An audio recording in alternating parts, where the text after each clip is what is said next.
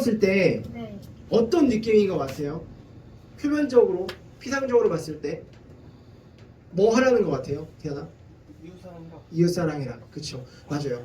틀리지 않아요. 그리고 보통 교회에서 이거 보고 이웃사랑 해라, 너도 그렇게 힘든 사람, 어린 사람 도와줘라, 이게 보통적으로 하는 설교예요. 그러나 틀리지 않지만 조금 더 이 본문을 통해서 성경이 우리에게 하고자 하는 메시지가 무엇인지, 특별히 왜 오늘 성탄 예배를 드리면서 이 본문을 나눠야 하고, 이 본문이 여러분 삶 가운데 어떻게 적용되어져서 예수 믿는 사람들이 어떻게 살아가야 되는지를 함께 나눠볼게요. 감사합니다. 어떠시고요? 이런 거예요. 그냥 간단하게 한번 이 내용을 여러분들 이해하기 쉽게 얘기해 볼게요. 길을 지나가고 있었어요, 한 사람이. 근데 강도를 만나서 거반 죽게 되었다라고 이야기해요. 누군가의 도움이 없었으면 이제 숨이 막 넘어갈 듯 말 듯 하다가 죽게 되는 상황이었어요. 근데 그 상황 가운데서 누가 지나가냐면 세 부류가 지나가는데, 첫 번째 부류 누구? 제사장. 제사장. 지금으로 따지면 저 같은 목사님. 교회에서 이렇게 리딩하는 사람들. 그 다음에 두 번째 부류가 누구? 레위인, 뭐 모태신앙, 그 다음 또 교회에서 열심히 봉사하는 사람, 이런 사람들이 이야기하죠. 네. 그 다음 누가 지나가죠? 사마리아 사람. 사마리아 사람. 사마리아 사람 어떤 사람이죠? 죄인. 그쵸, 죄인이죠. 제가 이번 주 금요철 때 여러분들에게 드렸던 말씀 기억나세요? 사도행전에서 베드로가 사마리아인에게 안수하잖아요. 그쵸? 근데 사마리아인은 어떤 사람들이었다? 그 당시 유대인들이 여기기에는 개만도 못한 혼혈족이었어요. 근데 일부러 이렇게 대조적으로 제사장과 레위인, 나름 이 신앙의 순수 혈통들, 그리고 엘리트들을 등장시켜놓고 그 다음에 사마리아인을 일부러 등장시키는 거예요. 자, 왜 그랬냐면 그건 제가 오늘 본문을 보면서 말씀드릴게요.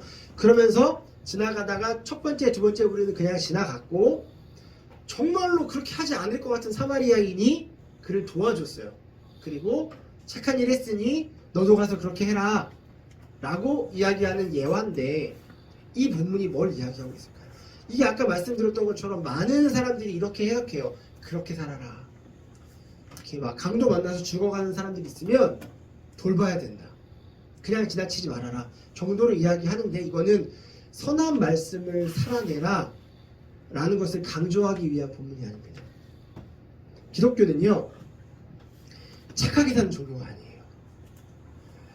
중요한 이 단어에 대한 개념이 잡혀야 성경이 해석이 되는데, 이 중요한 단어에 대한 개념이 안 잡혀서 성경이 잘못 해석되는 경우가 되게 많거든요. 근데 그게 보편적으로 뭐냐면 죄와 선이에요. 선은 우리가 보통 생각하는 이 사회에서 통념적으로 이야기하고 있는 선과 성경에서 말하고 있는 선은 다릅니다. 사회에서 말하고 있는 선은 뭐예요? 착한 거, 도덕적인 거, 그쵸? 도덕적인 기준에서 착한 거를 선이라고 해요. 도덕을 어기지 않는 거, 그쵸? 근데 성경에서 말하는 선은요? 하나님. 아멘. 좋습니다. 하나님이. 이번 주에 저희 금요철에 전에도 태연이랑 잠깐 얘기했었는데, 유튜브 영상이 올라갔다가 쇼츠가 많은 사람들이 봤잖아요. 그래서 거기에서 이제 제가 그런 말을 했어요. 생명의 주권이 하나님께 있다. 우리에게 일어나는 모든 일들이 하나님이 허락하신 일이고 하나님의 계획 안에 있고 하나님의 분명한 인도하심이 있다라는 얘기를 하니까 댓글이 뭐라고 달렸냐면, 그럼 이태원 참사나 뉴스에 나오고 있는 이 큰 사건들은 다 하나님이 계획하신 거냐라는 거예요. 니네가 말하는 그 선한 하나님이 그걸 계획하는 게 맞냐는 거예요. 그럼 이게 안 맞지 않는 거예요. 하나님 선한데 어떻게 그런 악한 일들을 내버려 두냐라는 거예요. 어떻게 그렇게 많은 사람들이 이유 없이 죽어가고 피해보는 일들을 선한 하나님이 계획하냐라는 거예요. 거기서 여러분 어떻게 답할 거예요? 이게 바로 뭐냐면 선이라는 개념을 도덕적인 개념으로 가지고 있으니까 이렇게 되는 거예요. 선은 성경에서 말하고 있는 선은 도덕적인 것이 아닙니다. 착한 일하는 것이 선이 아닙니다. 뭐가 선이냐면 여러분이 대답했던 것처럼 하나님이 선인 거예요. 성경을 볼 때 이게 안 풀리죠? 구약에 보면 하나님 막 죽여. 용서해 주지도 않아. 잔인해. 그러니까 야, 어떻게 사랑의 하나님이, 어떻게 하나님 선이라는 분이 이렇게 행동하냐 라고 하는 거죠. 잘못된 선에 대한 이해인 거죠. 선은 하나님이에요. 무슨 말이냐? 하나님이 하시면 그것이 선한 겁니다. 이 기준이 있어야 돼요. 그러니까 이 짧은 거 하나만으로 여러분들이 지금 이해가 안 될 수 있고, 야 그러면 여기 교회 다니면 안 될 것 같은데, 예수 믿으면 안 될 것 같은데라고 생각할 수 있어요. 그러니까 말씀 봐야 되고 2024년 1월달부터 말씀 사경이 하니까 오시고, 안 되면 새신자 교육 성경을 받으셔서 여기에 대한 딥한 이해를 제가 도와드릴게요. 선은 하나님이, 오늘 그 다 설명할 수 없으니까 이 정도만 중요한 것만 잡고 넘어갈게요. 선은 하나님이에요. 여러분들이 꼭 기억하세요. 자, 이게 무슨 말이냐면 선행을 베풀라 라고 했는데 착한 일을 해라 가 아니에요. 선이 하나님이죠. 그러니까 무슨 말이냐면 하나님이 어떤 분인지를 알아야 된다는 거예요. 네. 자, 볼게요. 그래서 25절을 보겠습니다. 25절에 보면 뭐라고 이야기하냐면 율법교사가 이런 질문을 해요. 내가 어떻게 해야 영생을 얻습니까? 쉽게 얘기할까요? 내가 어떻게 해야 천국 갑니까? 하소마, 어떻게 해야 천국 가?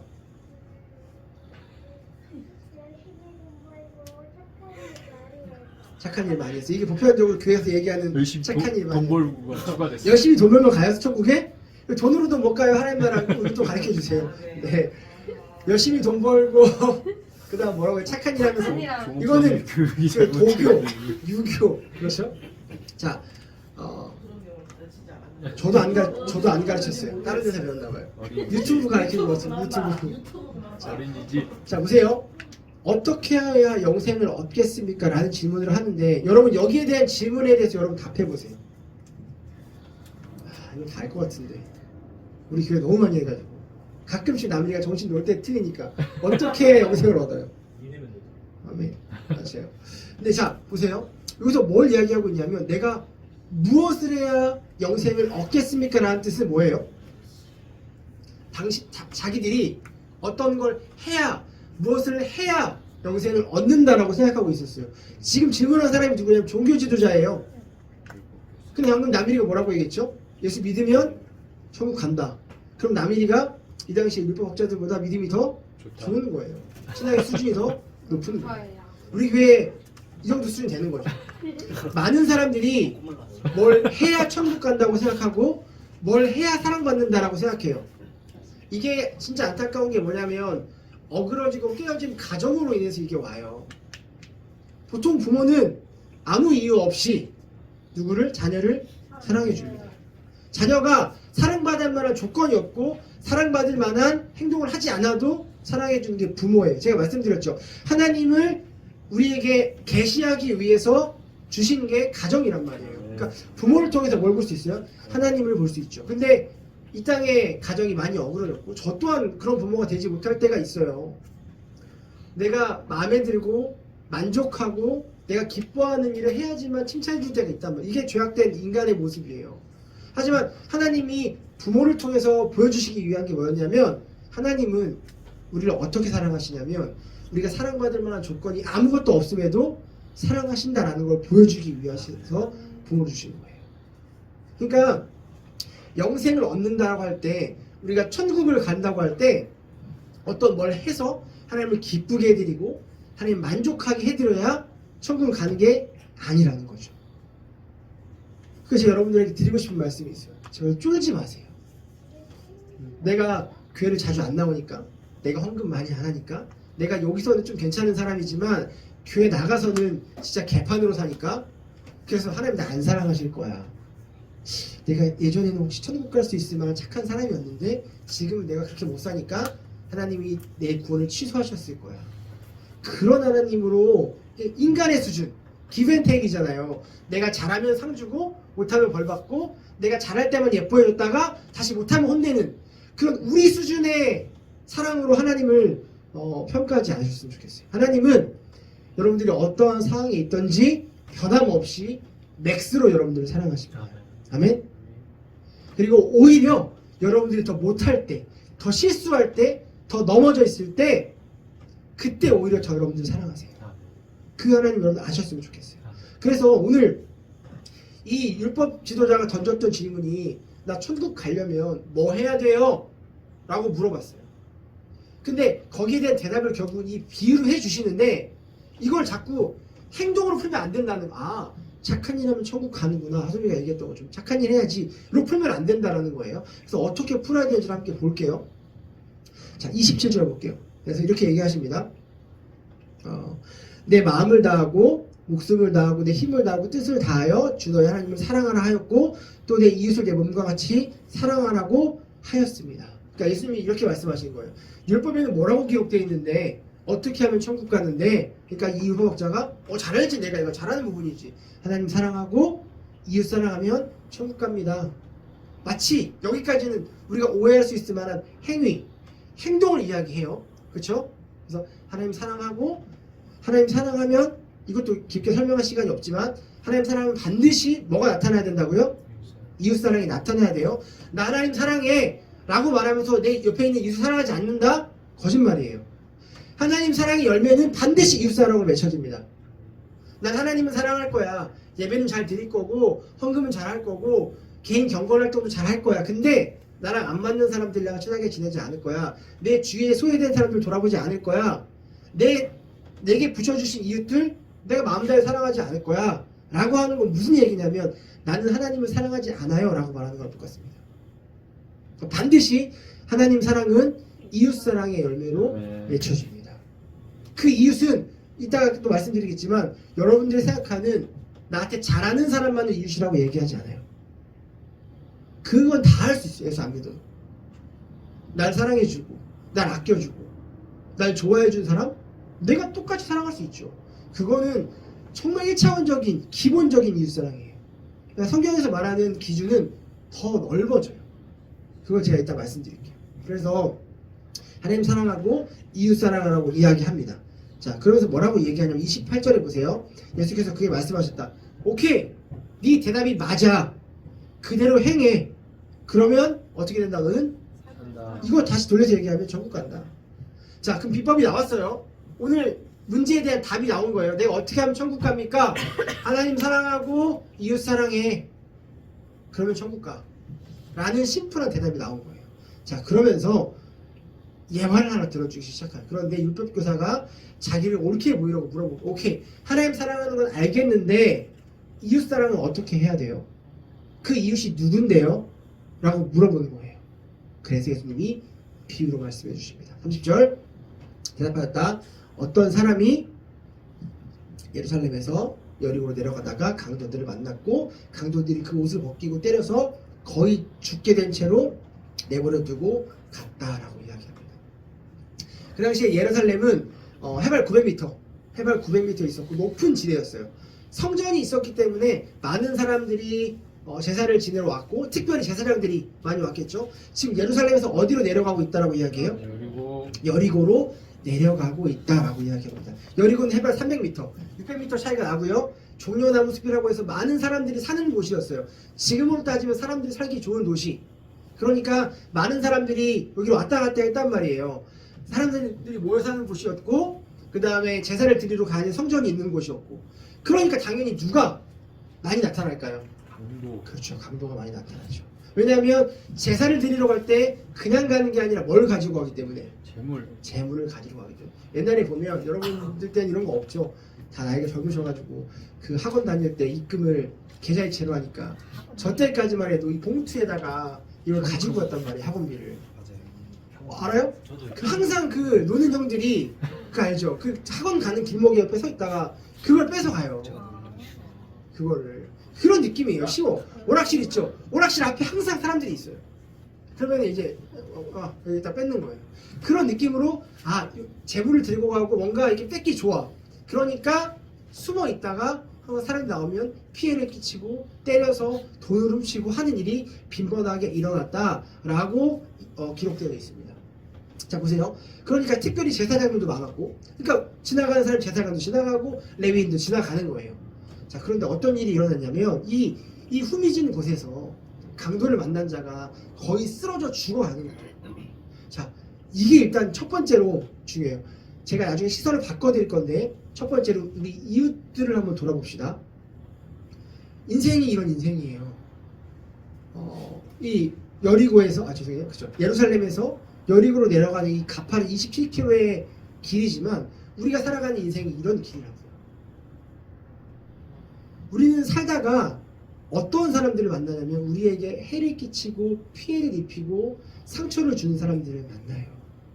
그게 인생이에요. 사실은 이 판이 어떤 판이냐면 우리의 인생을 보여주는 거예요. 하나님께 예배를 드리며 살아가지만 우리는 살아가다가 우리에게 해를 끼치고 우리에게 피해를 가는 사람들을 만나서 거반 죽게 되기도 한다는 거예요. 나도 그럴 수 있고 너도 그럴 수 있고 우리 모두가 그럴 수 있다. 그래서 뭐라고 얘기하냐면 그런 자들이 우리 주위에 있다라는 거예요. 여러분 한번 생각해 보세요. 있어요? 여러분 주위에? 지금 강도를 만나서 피 흘리고 죽어가고 누군가의 도움이 필요하고 누군가의 도움이 없이는 자력으로 살아갈 수 없는 사람들이 있어요? 네. 있어요? 보통 없어요. 왜냐하면 끼리끼리 어울리기 때문에 그래요. 여러분들이 지금 괜찮은 위치에서 괜찮게 살잖아요. 그렇죠? 그러니까 나랑 비슷한 수준의 사람들을 만나고 살기 때문에 이렇게 힘들게 누구의 도움이 없이 살아갈 수 있는 사람들을 자주 보기는 힘들 거예요. 그런데 우리가 못 본다고 해서 내가 없다고 해서 없지 않아요. 조금만 고개를 돌려보면 그리고 조금만 내가 노력해서 찾아보면 도움이 필요한 자들이 참 많아요. 참 많다고요. 그 인생을 지금 이야기하고 있는 거예요. 자, 그런데 32절 보면 제사장과 레위인이 지나가요. 오늘 이거까지 깊게 다루면 오늘 이 시간이 없을 것 같아요. 이거는 별로 중요한 내용이 아니라서 안 다룰게요. 제사장과 레위인은 그냥 지나가요. 근데 뭐 핑계를 댈 수도 있고 나름 대변을 할 수 있어요. 학설이 많아요. 이거는 그냥 지나갈 수밖에 없었다. 왜냐하면 예배를 드리러 가는 거니까. 민수기 19장에 보면 사람의 시체를 만지지 말라 이런 것도 돼 있고. 근데 오늘 이 사람들이 이야기하는 거 아니니까 오늘 저는 사마리아인에게 좀 초점을 맞춰볼게요. 아무튼 뭐 그들이 율법 때문에 그냥 지나갔던 아니면 사마리아인을 개처럼 여기기에 그들과는 상종할 수 없기에 그냥 지나갔던 아니면 바빠서 그냥 지나갔던 무슨 이유인지 모르지만 그냥 지나가요. 무슨 말이냐? 우리 주위를 둘러보면 자기 자력으로는 살아갈 수 없는 힘든 사람들이 있다고요. 근데 보통 사람들은 어떻게 해요? 그냥 지나간다고요. 아는 척 안 한다고요. 왜냐하면 나 혼자 먹기도 지금 사람 바빠요. 지금 자기들끼리 지금 제사 드리기로 가기도 바쁘고 내가 내 코가 석자예요. 누굴 도울 수 있는 겨를이 없어요. 특히 지금 이 시대는 더 그래요. 바쁘잖아요. 그렇죠? 그리고 만족이 없잖아요. 대한민국 특히 이 만족도가 엄청나게 높아져 있어서 그냥 조금 내가 누리는 거 가지고 만족하지 않아요. 그러니까 더 벌어서 어떻게 해서 더 누리려고 몸부림치고 있는 사회예요. 그러니까 내 옆에 있는 사람들을 볼 수 있는 여력이 없어요. 근데 누가 모든 사람들이 개처럼 여겼던 사회적으로도 인정받지 못했던 사마리아인이 멈추는 거예요. 그리고 뭐라고 어떻게 하냐면 가까이 가서 34절 볼까요? 가까이 가서 그 상처에 올리브 기름과 포도주를 붓고 싸맨 다음에 자기 짐승에 태워서 여관으로 가서 돌보아주고 뭐라고 얘기하냐 다음날 그는 2데나리온을 꺼내어서 여관 주인에게 주고 내가 돌아올 때까지 잘 보살펴줘라 나머지 비용 내가 다 지불하겠다 라고 하는 기꺼이 기억나요? 이거 제가 했던 기꺼이 선하게 그리고 굳이 선하게 이렇게까지 할 필요 없이 선한 일을 합니다. 그냥 도와주는 것만으로 충분히 칭찬받을 일이고 충분히 괜찮은 일이에요. 근데 더 나아가서 여관비를 내주고 내가 갔다 올 때 동안 이 사람 다 나을 때까지 지켜주세요 라고 하면서 그 나머지 비용도 내가 다 지불할게요 라고 하는 이게 뭐냐면 하나님의 사랑을 이야기하는 거예요. 여러분 하나님의 사랑은 여러분들이 필요한 것 이상으로 여러분들에게 정말로 많은 것들을 주고자 하는 사랑이라는 걸 아셔야 돼요. 그러니까 우리가 남들을 도울 때도 어떻게 도와야 되냐면 아까워가지고 부들부들 떨면서 이렇게 도와주는 건 사실 하나님의 사랑을 제대로 모르는 거예요. 헌금할 때도 마찬가지예요. 제가 20대 때 뭘 배웠냐면 참 감사해요. 저희 담임 목사님이 이런 얘기를 했어요. 11조 할 때 계산하지 마라. 보통 10분의 1 딱 계산하잖아요. 3,325원 이거까지 계산해서 낸단 말이에요. 그렇게 하지 마라. 아니 그렇게 쪼잔한 사랑을 우리에게 주신 분 아니다. 마찬가지 봉사할 때도 우리가 하나님 앞에 어떤 것들을 그러니까 돈만 드리는 게 아니잖아요. 시간을 드리거나 내 마음을 드리거나 내 삶을 드릴 때도 계산해가지고 딱딱딱 드리는 거 이거 아니라는 거예요. 넘치도록 충분하게 기꺼이 굳이 이렇게까지 할 필요 없는데 이 말이 나와야 돼요. 그러니까 우리가 누구에게 친절을 베풀거나 사랑을 베풀 때에도 이렇게까지 라는 말이 나오고 느껴질 정도로 사랑을 폭 부어줘 버려야 돼요. 왜냐하면 우리가 받은 사랑이 그 사랑이기 때문에 그래요. 제가 말씀드렸죠. 오늘 예수님 오시는 것을 기념하는 날이에요. 근데 피조물을 위해서 창조주가 이 땅에 왔다? 이거보다 더한 낭비가 없다니까요. 10,000원짜리는 10,000원만 내고 사면 돼요. 에이 기분이다. 돈 좀 있는 사람은 팁 줘서 15,000원 주면 돼요. 정말 기분 좋아 20,000원만 줘도 된다고요. 1억을 줄 필요는 없다고요. 10,000원짜리 사는데 10,000원짜리 사는데 1억을 내면 칭찬을 듣지 않아요. 멍청하다는 소리를 하지. 왜 이렇게까지 하냐고 하지. 근데 우리를 향하신 하나님의 사랑이 그 정도의 값어치라고요. 아멘.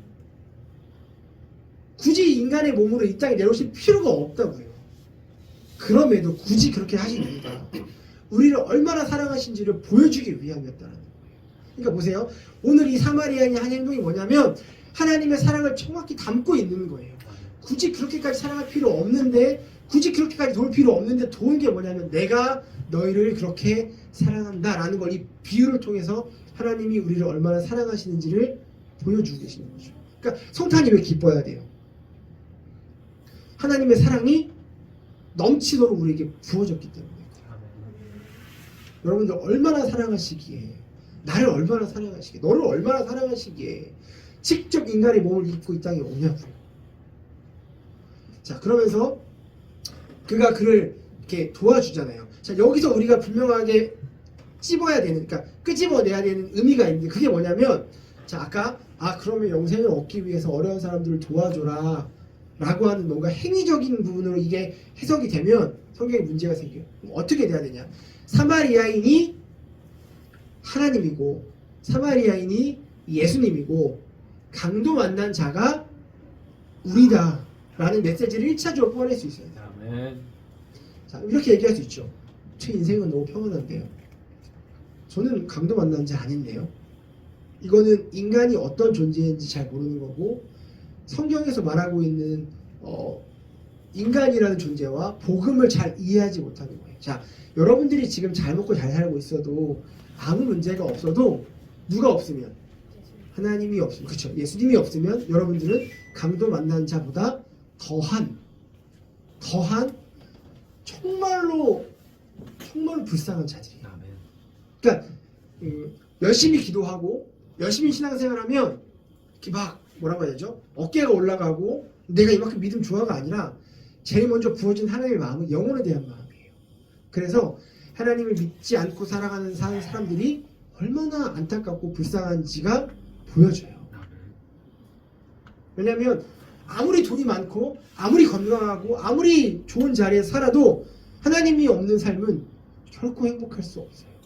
잠깐의 만족과 편리함은 올 수 있겠지만 진정한 행복이 그들에게 주어지지 않는다고요.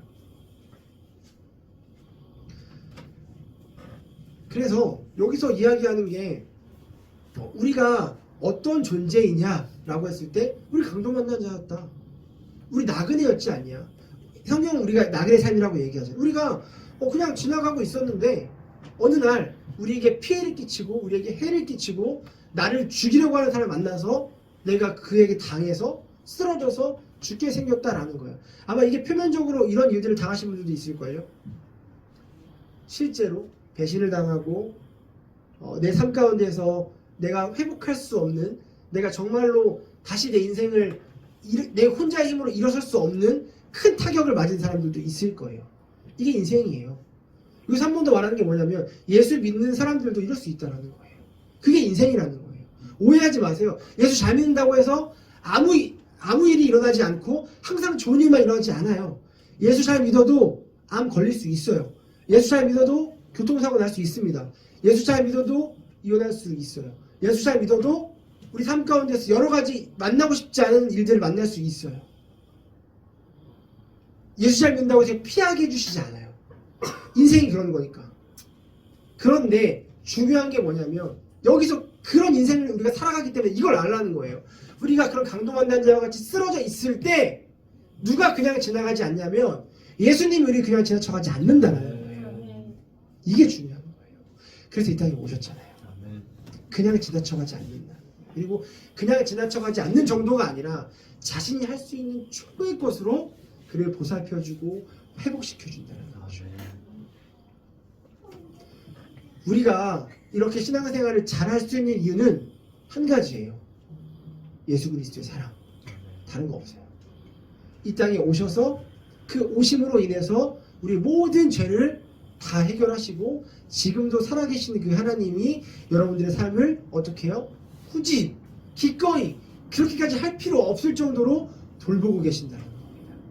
그래서 우리가 이렇게 살아갈 수 있는 거고 이 시간 이 자리에 나와서 24일 날 단대 가서 안 놀고 하나님께 예배할 수 있는 거예요. 그러니까 기억하세요.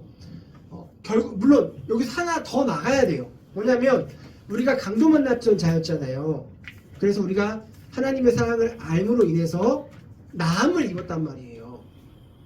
회복이 되었단 말이에요. 그럼 거기서 끝나면 안 돼요. 그러니까 이거를 행위로 가져가는 게 아니에요. 나도 착하게 살아야지가 아니에요. 자 보세요. 내가 받은 사랑이 있기 때문에 내가 길을 가다가 예전에 나와 같은 자를 만나면 내 몸이 반응하는 거예요. 이해돼요? 내가 예전에 헐벗고 있었다고요. 맞아서 죽게 생겼었다고요. 근데 어떤 사람이 날 도와서 그 회복이 다 됐다고요. 내가 길을 지나가다가 예전에 나와 같은 옷 다 벗고 거의 맞아서 죽게 되어 있는 사람을 보면 내가 착한 일을 해야지가 아니라 내 몸이 반응한다고요. 그러니까 하나님의 사랑은 이웃사랑은 이렇게 하는 거예요. 착한 일 해야 하나님이 기뻐하실 거야가 아니에요. 1차적으로 내가 그 대상이었던 것을 기억하고 그 받은 사랑이 내 안에 있잖아요. 그러니까 자연스럽게 내 안에 그 열매가 맺혀져서 흘러나가게 되는 거예요. 이런 거죠. 방황했던 시기가 있다고 한다면 여러분들이 하나님과의 관계에서 하나님이 진짜 있는지 없는지 모르고 믿음이 굳건하게 서지 않아서 방황했던 시기가 있다고 쳐보세요. 근데 어느 날 하나님께서 믿음을 주셔서 그게 믿어지고 하나님이 너무 좋아졌어요. 자, 그렇게 여러분 행복하게 살아가요. 근데 어느 날 지나가다가 어떤 청년이 내가 예전에 했던 고민을 똑같이 하는 거야. 아, 진짜 하나님이 있는지 모르겠다고. 그게 왜 다니는지 모르겠고 진짜 모르겠다고. 그러면 절대로 그 사람이 이 사람을 그냥 버려둘 수 없어요. 무시할 수 없다고요. 쉽게 한번 이야기해 볼까요? 좀 더 여러분 이해되게. 저는 20살 때 가정이 깨졌어요. 전 20살 전까지는요, 가정이 깨져서 힘들어하는 애들에 대해서 마음을 다 이해할 수가 없었어요. 그래서 중고등학교 때도 친구들이랑 같이 놀 때 애들이 가출을 하면 얘네들이 왜 가출했는지 내가 다 이해가 안 갔어요. 그래서 우리 집으로 다 데리고 왔어요. 왜냐면 보여줬어요. 야, 왜 가출하냐? 집이 이렇게 좋은데. 근데 제가 20살 때 가정이 깨어보니까 알겠더라고요. 왜 가출했는지. 나도 가출하고 싶더라고요. 아, 그래서 가출하는 거였구나. 그때부터 제가 배운 게 하나 있어요. 그 다음부터 가정이 깨어진 사람들을 봤을 때 그들은 이제 어떤 마음으로 살아가고 있는지를 공감을 할 수 있으니까 내가 착한 일을 하려고 해서 한 게 아니에요. 내가 그들에게 다가갈 수밖에 없게 돼요. 이게 상처 입은 치유자잖아요. 헨리 나우엔이 이야기하는. 여러분들이 살다가 상처를 입어요. 근데 그 상처가 회복되어지면 같은 상처에 있는 사람들을 만져줄 수 있는 힘이 생긴다고요. 여러분들에게. 그러니까 살면서 받은 고통들, 고난들, 역경들, 시련들, 여러분들이 이해할 수 없는 일들, 그게 잘 회복되어지면 나중에 여러분들 얼마나 큰 힘이 생기냐면 그 힘든 상황에 있는 사람들 여러분들이 위로해주고 만져주고 회복시켜줄 수 있는 힘이 생긴다는 거예요. 그러니까 인생을 살면서 여러 가지 힘든 일들을 겪을 때 그냥 재수 없어서 이런 일이 생겼다, 하나님 나 안 사랑한다 라고 비판하고 비난하지 마시고 비관하지 마시고 그 상황을 통해서 하나님의 사랑을 경험하고 잘 회복해서 아까 말했던 주위에 나뿐만 아니라 돌아보면 강도만나서 쓰러진 자들이 너무나 많아요. 그들에게 가서 하나님의 사랑을 전하는 여러분들이 되셨으면 좋겠어요. 아멘. 이 본문이 그 이야기를 하는 거예요. 아멘. 1차적으로 너가 강도 만난 자야. 아멘.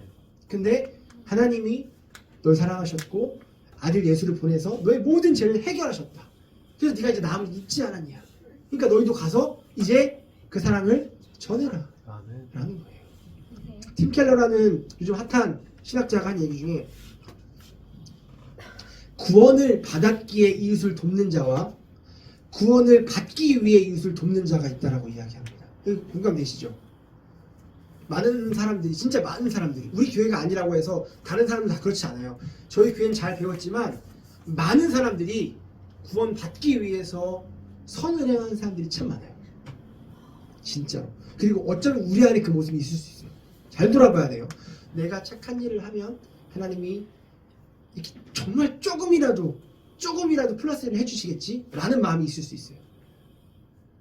이게 진짜 무서운 건데 우리 안에 있을 수도 있어요. 그러니까 잘 돌아봐야 돼요.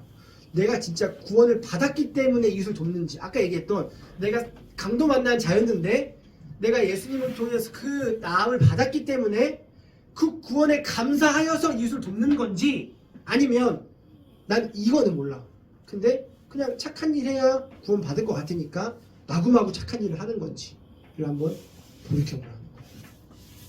헌금도 마찬가지고, 교회에서 봉사하는 것도 마찬가지고, 이웃을 돕는 것도 마찬가지고, 여러분 살면서 시간을 내서 이웃들과 교제하는 모든 것들도 어떤 건지 보세요. 내가 이걸 해야 하나님이 사랑해 주실 거니까 하는 건지, 아니면 내가 이미 구원 받은 자로서 기쁨으로 이걸 하는 건지 한번 돌아봐야 돼요. 자, 율법사는 이웃을 늘 구제해 왔어요. 그러나 그 이유는 뭐였어요? 구원을 받기 위해서였어요. 아까 이미 질문에서 나오잖아요. 그러니까 이웃사랑 얘 진짜 잘해온 사람이에요, 율법학자들. 근데 그 이유가 구원을 받기 위해서였다는 거죠. 하지만 저희는 그게 아니에요. 구원을 받은 자로서 마땅히 이웃에게 사랑을 흘려보내야 되는 거예요. 자, 그러면 오늘 본문에서도 이야기했지만 그 이웃이 누구냐라고 질문을 해볼게요. 팀 켈러가 이렇게 이야기했습니다. 누가 우리의 이웃이냐라고 질문할 때 그가 대답하는 거예요.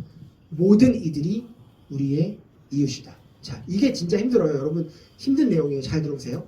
예를 들면 공중도덕을 지키지 않아도, 무례해도, 내게 해를 끼쳐도 우리의 이웃인 것이다. 이웃을 우리 기준에 따라서 걸러낸다면 우리도 걸러질 수밖에 없다. 우리의 공로로 구원받은 것이 아니라 오로지 예수님의 십자가 그 사랑에 의해서 구원받았기 때문이다. 무슨 말이냐면, 보세요.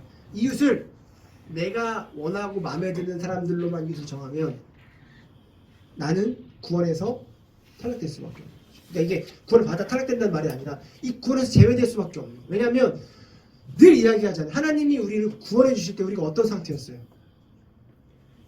로마서 뭐라고 이야기하죠? 우리가 아직 뭐였을 때? 죄인 되었을 때 주께서 우리를 위해서 죽으심으로 하나님께서 자기에 대한 사랑을 확증하셨느냐. 무슨 말이에요? 우리를 구원하실 때 예쁘다, 넌 구원 받아야겠는데 라고 해서 구원하신 게 아니에요. 괜찮은 상태에서 구원하신 게 아니에요. 형편 없었고 도저히 소망이 없었고 도저히 구원을 받을 만한 사람이 아니었어요. 죄인이었다라는 거예요. 죄는 하나님과 절대로 하나 될 수 없기 때문에 원수예요. 원수. 네가 원수 되었을 때, 네가 하나님께 칼을 들고 찌르려고 하고 있었을 때, 그때 하나님이 와서 너를 품어주셨다는 거예요. 아멘. 그러니까 그 사랑을 받은 너는 이웃을 어떻게 정의하겠냐. 나에게 잘하는 사람만 아니요. 나에게 욕을 하고 나에게 자신의 상처를 다 쏟아붓고 정말 있어서는 안 될 일이지만 나에게 여러 가지 피해를 입힌 사람들도 하나님의 사랑이 필요한 이웃이라는 거예요. 이게 복음이 이야기하고. 그러니까 여러분 부탁드리고 싶은 게 있어요. 2024년도는 내가 사랑할 수 있는, 그러니까 나랑 어울리고 나랑 맞는 사람들만 사랑하려고 하지 말아봅시다. 내가 정말 사랑하기 힘든 사람들. 여러분, 제가 저희 안에도 이런 연약함이 있음을 들어요. 가끔씩 우리 교회에 새로운 사람들이 오거나 아니면 또 뭐 여러 사람들의 분류를 이야기했을 때 우리 안에 이게 습관적으로 툭툭툭 튀어나와요. 아, 이런 사람은 너무 싫어. 이런 사람은 진짜 못 사랑하겠어. 이런 사람은 나랑 안 어울려.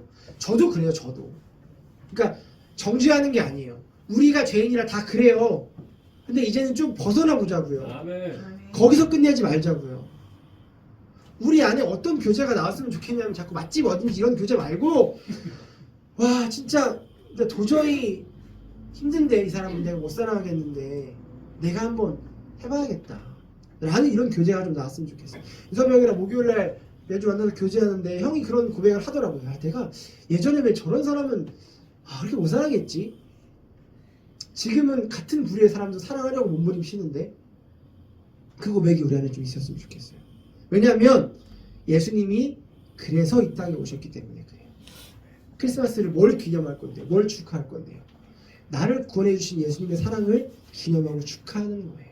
원수되었던, 죽을 수밖에 없었던, 죽었던, 죄인이었던, 하나님이랑 극반대에 있었던, 우리를 사랑하셨던 하나님의 사랑을 우리를 받았으니 이제 나와 반대에 있고 나랑 전혀 어울리지 않고 내가 너무 싫고 내가 같이 어울리고 싶지 않은 사람들을 사랑해 보자고요. 아멘. 근데 이거 그냥 내가 해봐야지 파이팅 해서 되는 거 아닌 거 아시죠?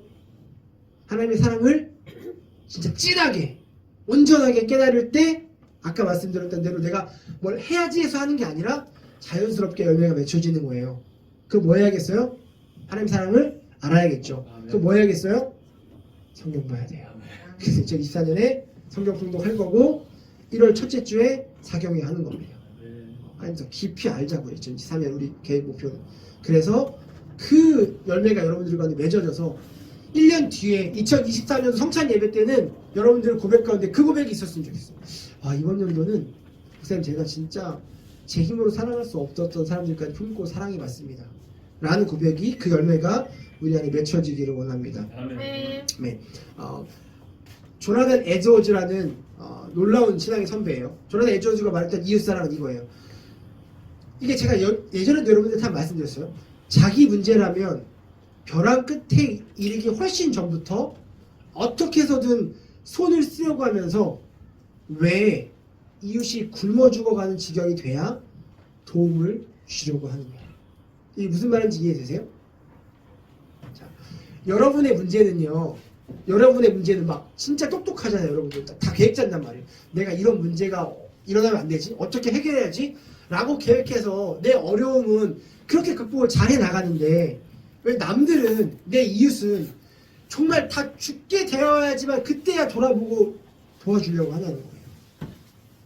여러분들 챙기는 것처럼 내 이웃들도 챙겨주세요. 아멘. 그들이 죽었을 때 돌아보지 마시고 죽어갈 것 같을 때 그때 돌아보세요. 그 이웃사랑이 우리 안에 있었으면 좋겠습니다. 아멘. 반주해 주세요. 말씀 마무리할게요.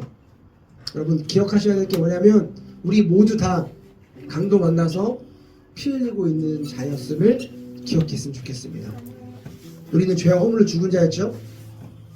이것이 우리의 실존임을 알 때에 복음이 여러분들 가운데 복음으로 작용됩니다. 예수님은 강도 만나 상처 입은 우리에게 이웃이 되어주셨습니다. 그러니까 우리도 이웃을 강도 만나서 상처 입은 자들에게까지 이웃의 이 경계를 넓혀야 돼요. 더 나아가서 그 자가 나랑 어울리지 않아도 나랑 맞지 않아도 더 나아가 나에게 상처를 주고 더 나아가 나에게 큰 피해를 준다 하더라도 속은 상하지만 마음은 힘들지만 그 또한 내 이웃이라는 걸 여러분 기억하셨으면 좋겠습니다. 아멘. 여러분 예수님 만나고 싶어요? 아멘. 진짜로? 진짜 하나님 만나고 싶어요? 네. 방법을 하나 가르쳐 드릴게요. 예수님 진짜 만나고 싶은 사람은 방법이 있어요. 뭐냐고요? 가르쳐 드릴게요. 지금 우리가 예수님 만나지 못하는 이유가 있어요. 예수님이 계시는 곳에 우리가 안 가기 때문에 못 만나는 거예요. 아멘. 예수님이 계신 곳에 가야지 예수님 만나죠. 근데 우리가 오해하고 착각하는 게 있죠. 예수님 어디 계신다고 오해해요? 예배당. 예배당에 계신다고 생각하잖아요. 그러니까 여러분들이 막 여기 오면 예수님 만날 것 같다고 생각하고, 그렇죠? 그래서 어른들은 이곳을 성전이라고 부르잖아요. 성전, 거룩한 전, 하나님이 계신 곳. 아니요, 예수님 이곳에 계시지 않아요. 어디에 계실까요? 내 안에. 내 안에? 좋아요. 근데 오늘 본문의 제목이잖아요. 낮은 곳에 계세요. 내 안에 계세요. 성경이 내주 하시는데 우리가 예수님 잘 만날 수 있는 곳이 어디냐면 낮은 곳에 계십니다. 누가복음은 이렇게 이야기합니다. 건강한 자에게는 뭐가 쓸데없다? 의원. 의사가 쓸데없지만 병든 자에게 의사가 쓸데있다. 내가 이 땅에 온 이유는 의인을 부르기 위해서 온 것이 아니라 죄인을 부르기 위해 이 땅에 왔다. 무슨 말이냐면 예수님 어디 있냐면 죄인들 곁에 계십니다. 연약한 자들 곁에 계십니다. 소외된 자들 곁에 계십니다. 외로운 자들 곁에 계십니다. 인생에서 실패하고 낙오하고 절망하고 자기 힘으로 일어설 수 없는 최악의 상황 가운데 있는 사람들 곁에 계십니다. 돈 많고 잘 나가고 자기들끼리 행복하게 사는 사람들 곁에 계시지 않아요. 자꾸 거기 가니까 예수님 못 만나는 거예요. 낮은 자를 위해 오셨기 때문에 가장 낮은 곳에 예수님 계십니다. 2024년도 한 해는 우리 이 가장 낮은 곳으로 내려가보는 한 해를 좀 지내봅시다. 그래서 예수님 사랑을 경험하고 그 은혜를 여러분들의 삶으로 실천하고 하나님 깊게 뜨겁게 만나는 여러분들 되셨으면 좋겠어요. 그래서 이번 성탄절도 어떻게 섬길지를 엄청 고민해요. 원래 오늘 1박 2일 하면서 오늘 저녁에 영등포나 서울역 가서 노숙자분들에게 식사를 좀 제공해볼까 했는데 또 이번 연도에도 이게 물거품이 됐어요.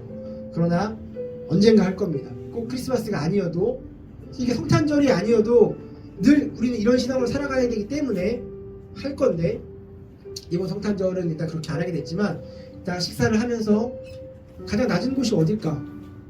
우리가 섬겨야 되는 곳이 어딜까? 우리의 물질을 흘려보내야 되는 것이 어딜까를 고민하고 선정하려고 해요.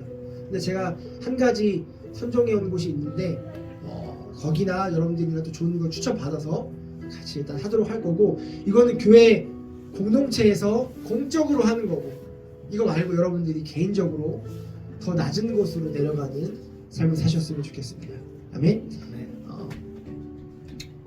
우리 같이 기도할까요? 기도할 때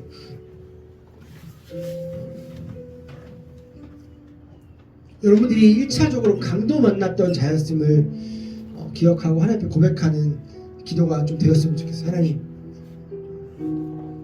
나같이 강도 만나고 소망 없고 희망 없고 정말로 인생에서 내 힘으로 일어날 수 없는 삶 가운데 찾아오셔서 나를 구원해 주시고 나에게 하나님의 사랑을 보여주셔서 감사합니다. 내가 그 사랑으로 인해 회복되어져서 이 자리에 있사오니 하나님 이제는 내가 삶을 살아가면서 이전에 나와 같은 자들을 만날 때 그들이 그냥 레위인과 제사장들처럼 지나치는 것이 아니라 그들에게 하나님의 사랑을 전할 수 있는 우리가 될 수 있게 해달라고. 또한 그 이전에 그것이 그냥 행동이 되지 않게 우리가 그 하나님의 사랑을 깊이 감격하고 묵상하며 그 하나님의 사랑으로 인해 하루하루 행복하게 살아갈 수 있게 해달라고 우리 함께 같이 기도하겠습니다.